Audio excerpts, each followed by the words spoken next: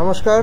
আজকে 23 তারিখ 23শে সেপ্টেম্বর দাঁড়িয়ে আছি কৃষ্ণনগরের নতুন বাজার পালপাড়ায় শিল্পী কানাইলাল ঘোষের স্টুডিওতে। প্রথমে কিন্তু এই প্রতিমাটি চোখে পড়ল। এই প্রতিমাটি কিন্তু আমি আগেও দেখিয়েছি। এই প্রতিমার যে মাটির অবস্থায় কাজ সেটা কিন্তু দেখিয়েছি। এটি একটি হাই ডিমান্ডিং প্রতিমা এই স্টুডিওতে এবং এটি খড়দায় যাচ্ছে যত সম্ভব। আর এই প্রতিমাটি কিন্তু অনেকটা রাজস্থান ধারণায় বেষ্টিত এবং প্রতিমার মুখশ্রীও কিন্তু যথেষ্ট মনোময় এবং তার সঙ্গে কিন্তু শাড়ির কাজ এবং যে মাথার উপরে যে চূড়াটা সেটার কাজ সব মিলেমিশে কিন্তু একটা সুন্দর কারুকার্যে পরিপূর্ণ একটি প্রতিমা কিন্তু আমরা দেখতে পাচ্ছি।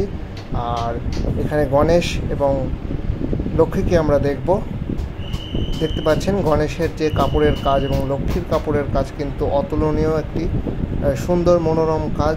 তার সঙ্গে অসুরের কিন্তু চুড়িমেরা ভার, এখানে মানে অনেক কটি কিন্তু অসুর আছে এখানে। তার সঙ্গে আরেকটি প্রতিমা এবার দেখব। এটি একটু অন্য স্টাইলের প্রতিমা। আমাদের যে মানে কৃষ্ণনগরের যে ট্র্যাডিশনাল যে মাটির কাজের যে প্রতিমাগুলো হয়ে থাকে সেগুলোই। তার সঙ্গে তো শাড়ির কাজ আছেই এবং এগুলোকে কিন্তু পাল লেখা বলা হয়, মানে পাড় আঁকা বা পাল লেখা। আর তার সঙ্গে কিন্তু এরকম সুন্দর প্রতিমা, অসুর আছে এবং তার উপরে কিন্তু এরকম মা এবং পিছনের যে স্ট্রাকচার সেটা কিন্তু কালো রঙের উপর গোল্ডেন কাজের উপর কিন্তু এই কাজগুলি হবে। তার সঙ্গে এখানে আমরা দেখতে পাচ্ছি সরস্বতীকে।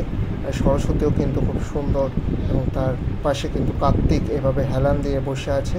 এবার দেখব একটু বাংলা প্রতিমা, কৃষ্ণনগরের যে ট্র্যাডিশন, অর্থাৎ টানা চোখের বাংলা মুখ বলতে পারেন, টানা চোখের দুর্গা প্রতিমা। এখানে কিন্তু কৃষ্ণনগরের এটা কিন্তু একদম নিজস্বতা। আর এই প্রতিমা কিন্তু আমরা দেখলাম, এর সাথেও কিন্তু বেশ কয়েকটি আরও প্রতিমা দেখব, এরকম ছোট ছোট বেশ কটি প্রতিমা, কিন্তু প্রত্যেকটি প্রতিমাই কিন্তু দৃষ্টিনন্দন এবং তার সঙ্গে কিন্তু প্রতিমার যে কাপড়ের কাজ।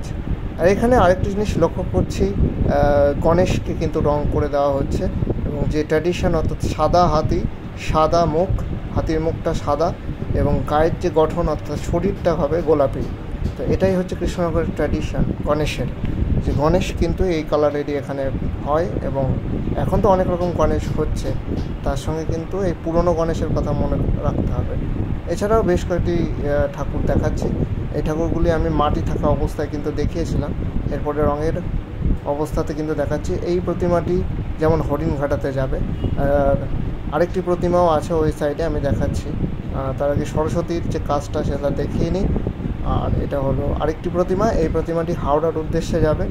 সুন্দর একটি প্রতিমা, পদ্মের উপর বসা, সাথে কিন্তু মহাদেবও আছে এবং তার সঙ্গে কিন্তু নিচে অনেক কটি সিংহ আছে।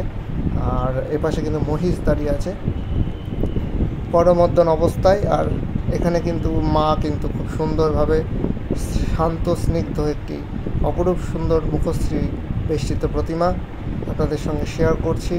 আর ফুল ছবিটাও দেখাচ্ছি। এই হলো ফুল, মানে যতটা সম্ভব, কারণ এ তো একদম সরু গলি, তার মধ্যে দাঁড়িয়ে যতটুকু পারা যায় আর কি। আর এখানে দুটি ঠাকুর মুখোমুখি এরকম দাঁড়িয়ে আছে, খুব সুন্দর লাগছে। এই জিনিসগুলো খুব ভালো লাগে এবং যখন রং হয়ে গেছে এবার চক্ষুদানের অপেক্ষা। এছাড়াও আরেকটি প্রতিমা, এবার চক্ষুদান হয়ে গেছে। এই প্রতিমাটি দেখতে পাচ্ছি, গণেশের চক্ষুদান কিন্তু হয়ে গেছে।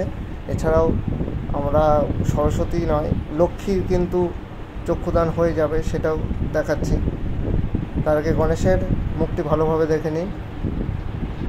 এই দেখতে পাচ্ছেন শিল্পী দাঁড়িয়ে আছে, সুরজিৎ দা, আর চক্ষুদান হচ্ছে প্রায় রীতিমতো জোর কদমে। এখানে কিন্তু সাদা রং পেতে ফেলা হয়েছে, তার মানে চক্ষুদানটা হয়ে যাবে। তার সাথে কিন্তু এইরকম ছোট ছোট গলি, এই গলির মধ্যে মানে দুজন মানুষ যেতে পারবে না সেই রকম গলির মধ্যে দাঁড়িয়ে আছে।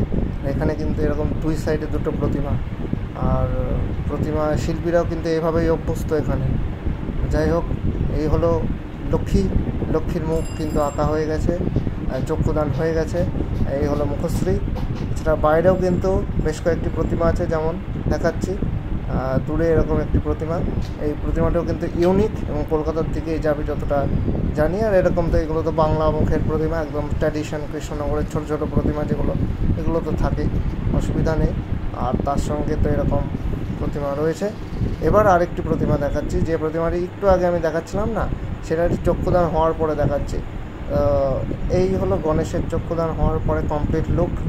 আর এবার ধীরে ধীরে লক্ষ্মীকেও দেখাবো। লক্ষ্মীকেও চক্ষুদানটা হয়ে গেছে। লক্ষ্মীর যে কাপড়ের কাজটা, এটা কিন্তু আমার খুব সুন্দর লাগলো, যার কারণে জুম করে দেখাচ্ছি কাজগুলো। এতটা সুন্দর কাজ হয়েছে এবং তার সঙ্গে কলকার যে কম্বিনেশান একদম সুন্দর। আর এই হলো লক্ষ্মীর মুখশ্রী, আপনারা দেখতে পাচ্ছেন, অপরূপ সুন্দর প্রতিমার মুখশ্রী। এক নজরে কিন্তু ভালো লেগে যাবে আপনাদের। আর এই হলো দুর্গার মুখশ্রী, অপরূপ সুন্দর মুখশ্রী দুর্গার, একদম মনোময় স্নিগ্ধ একটি শান্ত মুখশ্রী। আমি একটু অন্য অ্যাঙ্গেল দিয়ে আপনাদের দেখানোর চেষ্টা করি, আমার চিরাচরিত যে অ্যাঙ্গেল, এই আঙুলের ফাঁক দিয়ে আমি কিন্তু মুখশ্রীটাকে দেখাচ্ছি খুব সুন্দরভাবে। আপনারাও দেখতে থাকুন। এতক্ষণ যখন দেখে নিয়েছেন তার মানে পুরো ভিডিওটাই দেখছেন, দেখতে থাকুন। এই হলো মায়ের মুখশ্রী, খুবই সুন্দর একটি প্রতিমা এবং তার সঙ্গে কিন্তু মায়ের কাপড়ের কাজটাও আপনাদের সঙ্গে শেয়ার করব। এই হলো মায়ের কাপড়ের কাজ, তাড়ানো প্রতিমা, সুন্দর প্রতিমা। কাপড়ের যে কাজের কম্বিনেশন সেটাও কিন্তু খুব সুন্দর, একদম মনোমুগ্ধময়। তার সঙ্গে কিন্তু আমরা লক্ষ্মীকেও দেখাবো একটু সুন্দরভাবে। এই হলো মা লক্ষ্মী এবং লক্ষ্মী কিন্তু একটু অন্য স্টাইলে এখানে আছে। আর গণেশকে তো দেখেছি, এবার আবার মা দুর্গাকে একটু ভালোভাবে দেখিয়ে নিই আপনাদের সঙ্গে। যাই হোক, এই ছিল আজকের ভিডিওতে। ভিডিওটি কেমন লাগলো জানাবেন, শুভেচ্ছা নেবেন, ভালো থাকবেন। পরবর্তী নেক্সট ভিডিওর জন্য স্টে টিউন, গুড বাই। আর এই হলো সেই স্ট্রাকচার, এই স্ট্রাকচারটি আমি প্রথমে একদম দেখিয়েছিলাম ভিডিওর প্রথমে, সেই স্ট্রাকচারটি আপনাদের সঙ্গে শেয়ার করছি প্রথম থেকে। এবং একটি শিবের কিন্তু এখানে ব্যবহার করা হয়েছে, দেখতে পাচ্ছেন। মহাদেব যেহেতু থাকবেই একদম মায়ের মাথার উপর। আর আবারও শেষ করছি এই প্রতিমাটিকে দিয়ে। চলুন, গুড বাই, ভালো থাকবেন।